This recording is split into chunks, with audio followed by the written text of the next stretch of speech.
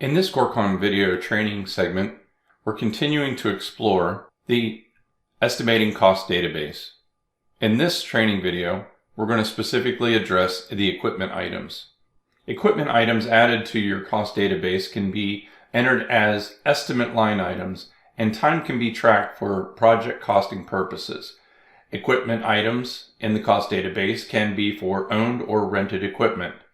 As a result, there are various rates that can be documented for each item. The equipment cost database items are shared in other modules of Corecon. For example, equipment time cards access the cost database for equipment items. Daily logs can access the equipment cost database items. Items can be added to such records as purchase orders, prime invoices, prime change orders, and so on. Equipment items can be combined with labor items to come up with crew costs.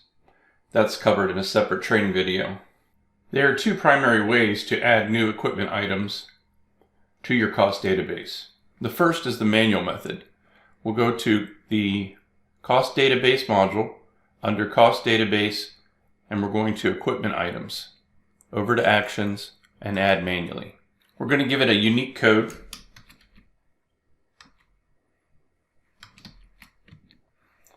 And a description.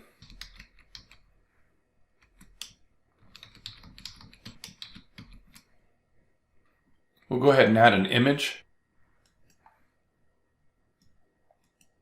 We're going to go ahead and mark this one as rented, but it could be marked as owned as well. Since equipment items in the cost database are shared in other modules, not all of the fields and features will apply to the estimating rates.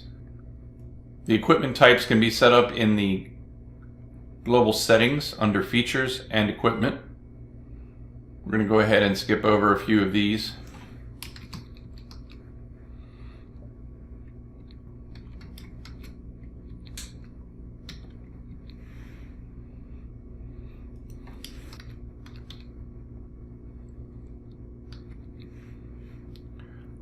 One of the differences between equipment items and labor items is that there's actually three tiered rates.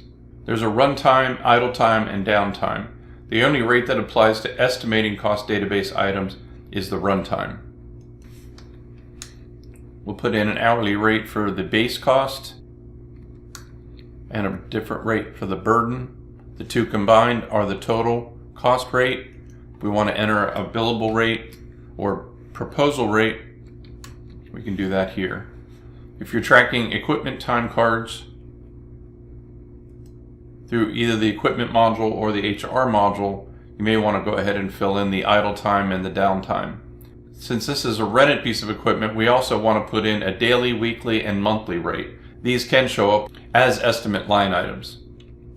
So put in a daily rate, weekly rate, and a monthly rate. We can add comments here, click add and next. Step 2 is part of the equipment management and equipment module. Those are the equipment spare parts if you're tracking them. We'll skip that. Step 3 is to give it a classification. So we'll go ahead and select our master cost code list, whatever you've called yours, and we'll go down to earthwork and we'll put excavation and fill as the default, and then click finish. Again, there are additional features built into this record type that are not used in estimating. They'll be covered in a separate video in the equipment module. If you need to edit what you just entered, simply click the edit button and information can be changed. Back to the cost database. Another method to add new equipment items or edit existing equipment items is under the actions bar and import from Excel. But before we do, let's take a look at a knowledge base article under Getting Started and Importing Options from Microsoft Excel.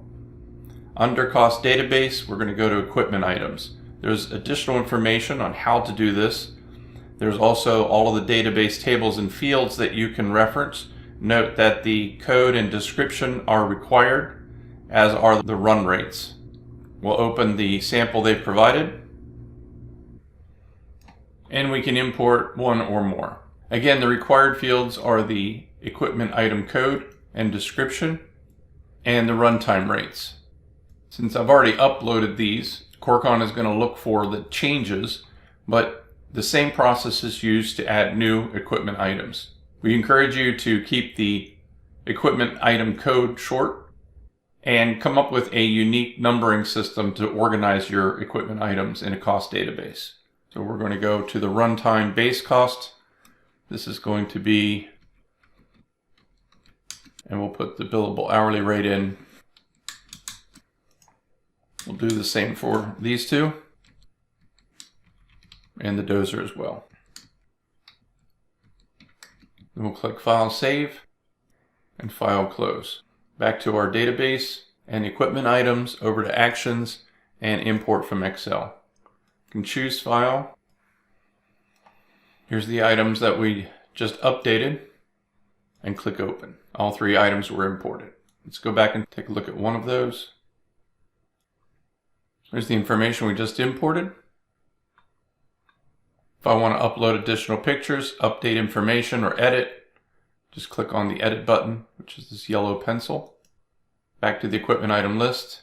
If you'd like to know more about the information covered in this training video, we encourage you to go to the help articles, to cost database, and to equipment items. The information covered in this video, as well as additional and more detailed information, can be found in this help article.